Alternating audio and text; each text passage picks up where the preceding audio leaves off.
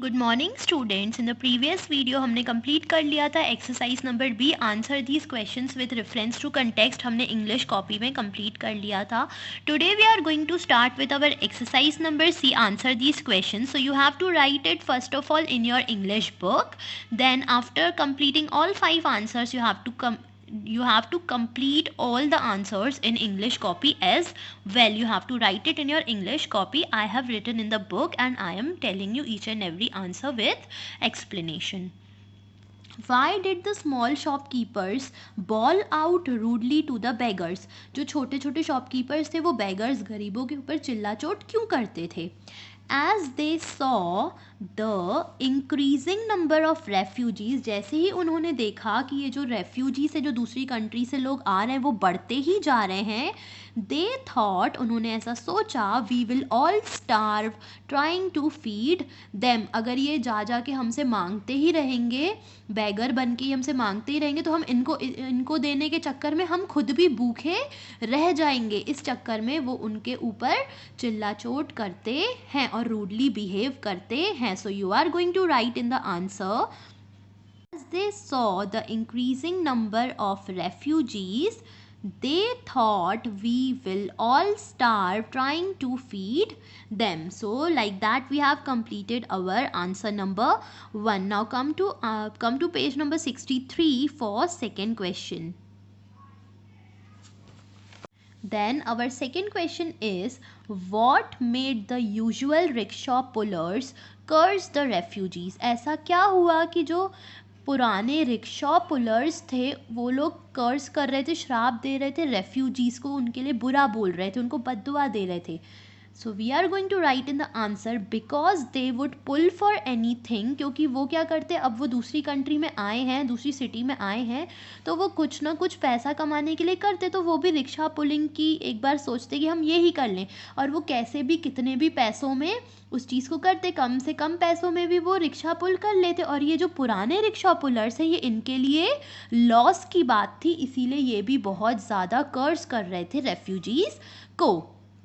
Because they would pull for anything given to them, bringing down fares, पैसा rate कम करके भी वो ये सब कर लेते, and everyone suffer, और इसी वजह से सबको सफ़र करना पड़ता. Now third question is, what was there in the baskets that the refugees carried? जो बास्केट्स रेफ्यूजीज कैरी कर रहे थे उसमें क्या था? In those baskets there were clothes and quilts.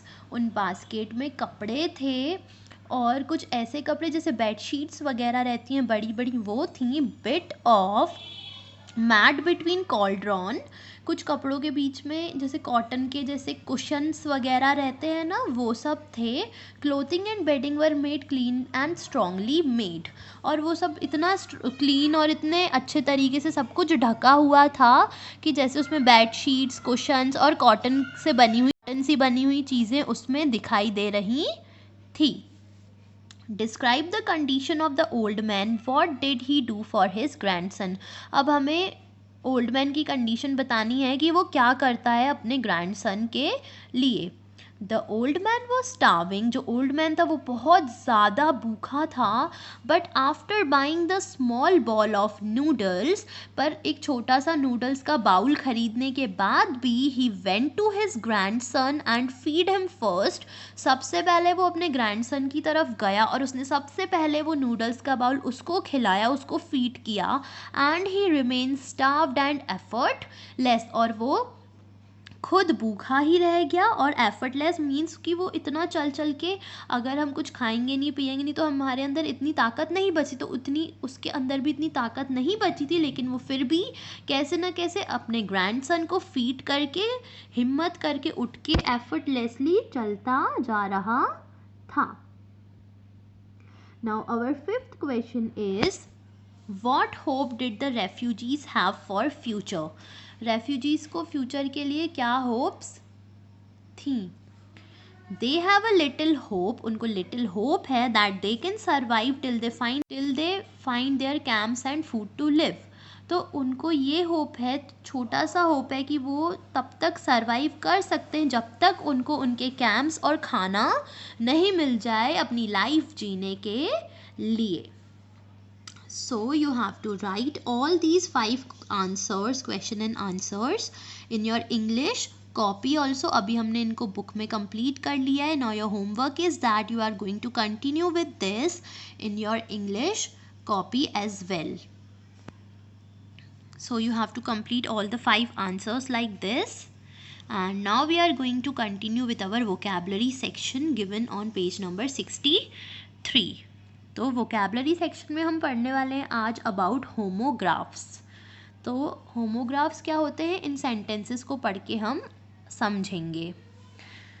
Read the following sentences. Did you close the Windows before leaving the house. क्या तुमने Windows close कर ली थी घर से निकलने से पहले. The post office close to my house. अब विंडो क्लोज हुई, यहाँ पे पोस्ट ऑफिस के क्लोज बंद होने की बात हो रही है. The word close has different meaning in both the sentence. अब यहाँ पे दोनों क्लोज वर्ड के मीनिंग्स जो है वो डिफरेंट हैं दोनों ही सेंटेंसेस में. इन द फर्स्ट सेंटेंस, पहले सेंटेंस में इट मीन्स शट, कि तुमने विंडो शट की कि नहीं. While in the second sentence it means near, post office is close to, कि ये पोस्ट ऑफिस मेरे घर के पास है. Words that have same spellings, ऐसे वर्ड्स जिनकी स्पेलिंग सेम रहती है बट हैव डिफरेंट मीनिंग्स, पर उनके जो मीनिंग्स रहते हैं वो डिफरेंट रहते हैं, उन्हें हम बोलते हैं होमोग्राफ्स.